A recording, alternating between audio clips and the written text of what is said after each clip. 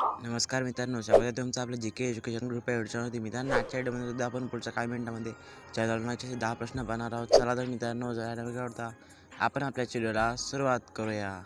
मित्रांनो, पहिला प्रश्न आहे, नगर परिषद अध्यक्ष आपला राजीनामा कोणाकडे देतात?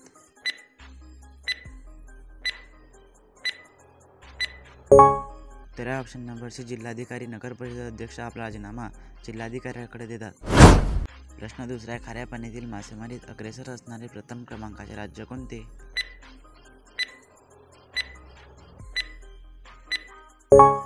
तेरा ऑप्शन नंबर सी, गुजरात. खाऱ्या पाण्यातील मासेमारीत अग्रेसर असणारे प्रथम क्रमांकाचे राज्य गुजरात आहे. प्रश्न तिसरा, झुम नावाची स्थलांतरित शेती पुढीलपैकी कुठे केली जाते?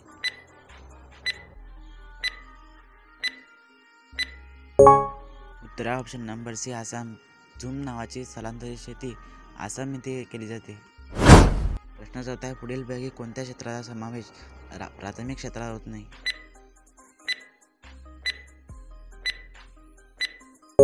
तेरा ऑप्शन नंबर डी, व्यापार. व्यापार क्षेत्राचा समावेश प्राथमिक क्षेत्रात होत नाही. प्रश्न 5 आहे, खालीलपैकी सर्वात जुनी लेणी महाराष्ट्रातील कोणती आहे?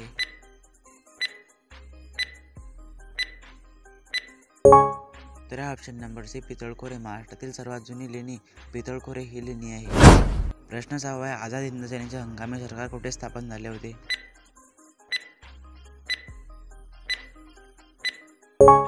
उत्तरा option number C, Singapore. Azad Hind सेनेचे हंगामी सरकार सिंगापूर येथे स्थापन झाले होते. प्रश्न 7 आहे, बैरवली तेल शुद्धीकरण कारखाना कोणत्या राज्यात आहे?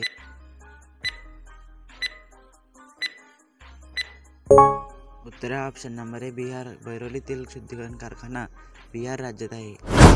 प्रश्न 8 आहे, मधुकर नावाचे नियतकालीन कोणी सुरू केले होते?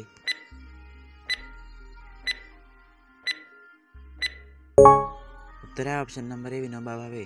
मधुकर नावाचे नियतकालीन विनोबा भावे यांनी सुरू केले होते. प्रश्न 9 आहे, महाराष्ट्रातील कोणती मृदा फळ बागायतीसाठी अधिक उपयुक्त आहे?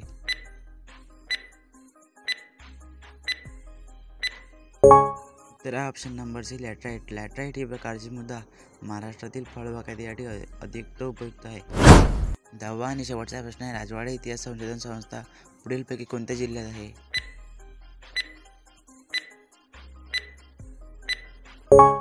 उत्तरा ऑप्शन नंबर बी, धुळे. राजवाडा इतिहास संशोधन संस्था धुळे जिल्ह्यात आहे. मित्रांनो, आजचा व्हिडिओ कसा वाटला कमेंट करून नक्की सांगा. व्हिडिओ आवडला असेल व्हिडिओला लाईक नक्की करा. तुमच्या पण एखाद्या मित्रापर्यंत हा व्हिडिओ नक्की शेअर करा. भेटूया एखाद्या पुढच्या व्हिडिओमध्ये. जय हिंद, जय महाराष्ट्र.